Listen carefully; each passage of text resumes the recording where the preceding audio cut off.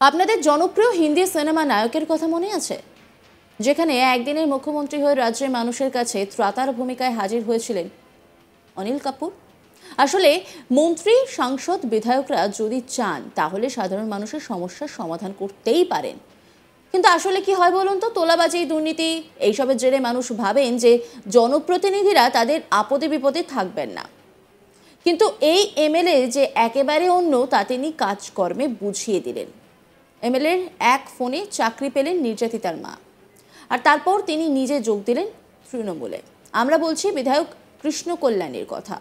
রায়গঞ্জের বিধায়ক কৃষ্ণ কল্যাণীর এক ফোনেই চাকরি পেলেন নির্যাতিতার মা। 2023 সালে উত্তর দিনাজপুর জেলার একটি ব্লকে এক মেয়ের সঙ্গে নোংরা কাজ করে তাকে শেষ করে দেওয়া হয়েছিল। নিহত ওই মেয়ের মাকে চাকরি দিল এবার রাজ্য সরকার। রায়গঞ্জের তৃণমূলের বিধায়ক কৃষ্ণ কল্যাণী এক সাংবাদিক সম্মেলন করে বিষয়টি জানান।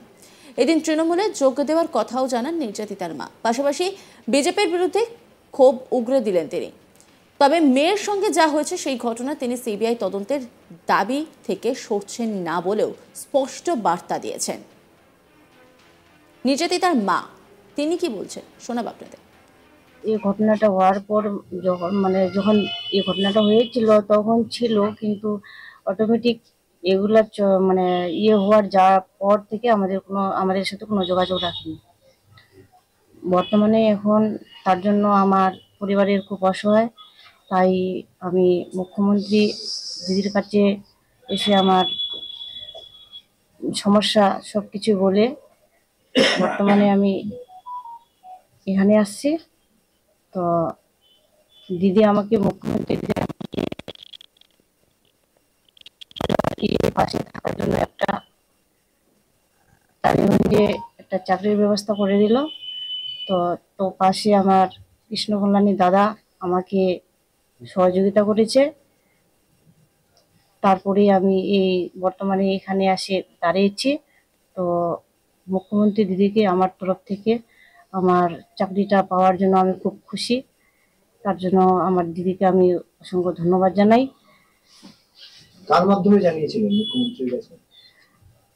মুখ্যমন্ত্রী দিদিকে জানাইছে আমার কৃষ্ণ কল্যাণী দাদার তরফ থেকে সবকিছু করা হয়েছে, জানানো হয়েছে।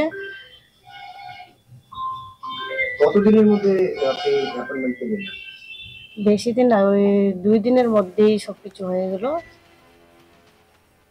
অন্যদিকে বিধায়ক কৃষ্ণ কল্যাণী তিনি কি বলছেন শোনাব আপনাদের।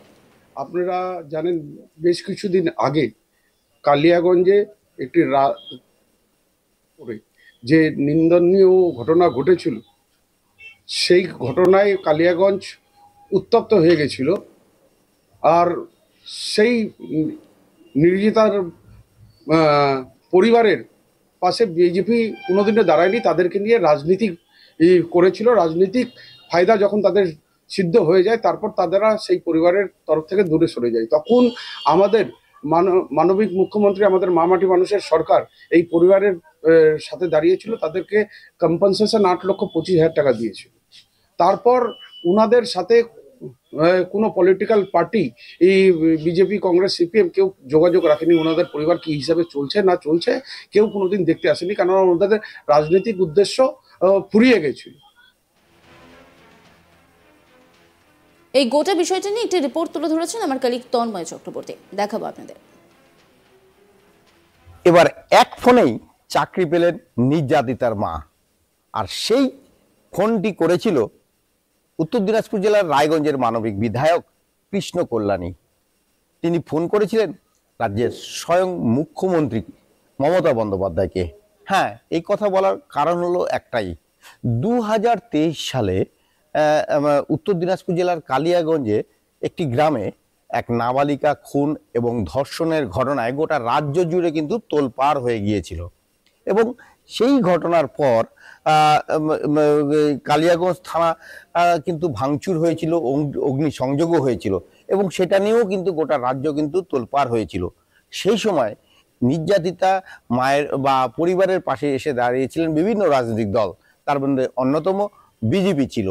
বিজেপির বিভিন্ন নেতারা সেই সময় তাকে বিভিন্ন রকম আশ্বাস দিলেও বছর দেড়েক চলে যাওয়ার পরে তারা কেউ কোনো খোঁজ খবর নেয়নি। যে পরিবার কেমন ভাবে চলছে বা তারা কি করছে, পরিবারের অবস্থা কেমন আছে, কেউ কোনো খোঁজ খবর নেননি। অবশেষে সেই নির্যাতিতার মা দ্বারস্থ হন রায়গঞ্জের বিধায়ক কৃষ্ণ কল্যাণীর কাছে। তিনি তাকে সমস্ত ঘটনা খুলে বলেন এবং তিনি বলেন যে তার একটা কাজের খুব দরকার এবং আপনি সেই ব্যবস্থাটা করে দেন। এবং সেই সময় তার আর্জি মেনে তিনি যে কৃষ্ণবাবু ফোন করেন রাজ্যের মুখ্যমন্ত্রী মমতা বন্দ্যোপাধ্যায়কে এবং মমতা বন্দ্যোপাধ্যায় সেই কথা রাখেন, যে বিধায়কের কথা রাখেন এবং তাকে কিন্তু চাকরিরও ব্যবস্থা করে দেন।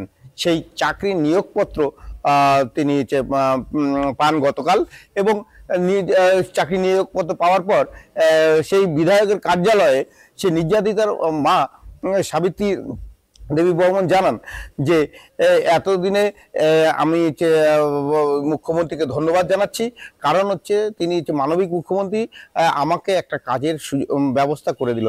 এবং তিনি বলেন যে তিনি কালিয়াগঞ্জে বিএলআরও অফিসে তিনি কাজে যোগ দিবেন। এবং আরেকটা তিনি অভিযোগ করেন সেটা হলো যে তার যে ঘটনাটা ঘটেছিল, তার যে মেয়ে যে মারা গিয়েছিল, তারপরে কিন্তু বিজেপির তরফ থেকে অনেক রকম আশ্বাস দেওয়া হয়েছিল, কিন্তু কেউ কোনো কথা রাখেনি, এমনকি পরিবারের সাথেও কেউ কোনো যোগাযোগ রাখেনি।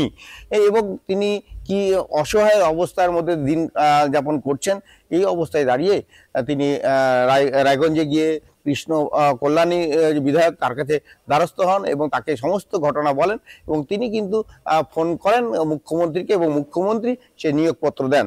এবং গতকালই জেলা শাসক সুরেন্দ্র কুমার মীনা তিনি কিন্তু সেই নিয়োগপত্রটি তুলে দেন সেই নির্যাতিতা মহিলার মায়ের হাতে। এবং এরপর কৃষ্ণ কল্যাণী বিধায়ক তিনি বলেন যে তিনি এই যে গত 2023 সালে যে ঘটনাটি ঘটেছিল, এরপরে কিন্তু ফায়দা তোলার জন্য কিন্তু বিজেপি নেতৃত্ব নানান রকম চেষ্টা চালিয়ে গিয়েছিল, এই পরিবারকে নানা রকম আশ্বাস দিয়েছিল, কিন্তু কাজ কিছু হয়নি। প্রকৃত কাজ কিন্তু করে দেখালো কিন্তু রাজ্যের মানবিক মুখ্যমন্ত্রী মমতা বন্দ্যোপাধ্যায়। তাই তিনি রাজ্যের মুখ্যমন্ত্রী মমতা বন্দ্যোপাধ্যায়কে ধন্যবাদ জানান। তিনি বলেন যে এই পরিবারের পাশে এর আগেও মুখ্যমন্ত্রী ছিলেন, এর আগে যখন ঘটনাটি ঘটেছিল তখন মুখ্যমন্ত্রী সেই ক্ষতিপূরণ বাবদ 8 লাখ টাকার উপরে দিয়েছিল তাকে এবং বর্তমানে চাকরিরও ব্যবস্থা করে দিল। অতএব বলা চলে যে এই মানবিক মুখ্যমন্ত্রীর দ্বারাই এটা সম্ভব। এটাই কিন্তু জানায় রায়গঞ্জের বিধায়ক কৃষ্ণ কল্যাণী। অর্থাৎ এক ফোনে যে চাকরি পেয়ে গেলেন নির্যাতিতার মা, তা কিন্তু তার জন্য মা ধন্যবাদ জানান একদিকে রায়গঞ্জের বিধায়ক কৃষ্ণ কল্যাণী, অপরদিকে রাজ্যের মুখ্যমন্ত্রী মমতা বন্দ্যোপাধ্যায়কে। অন্যান্য খবরের আপডেটের জন্য অবশ্যই নজর রাখুন আজ তাক বাংলার ইউটিউব স্ট্রিমিংয়ে। লাইক, কমেন্ট, শেয়ার এবং সাবস্ক্রাইব করতে ভুলবেন না।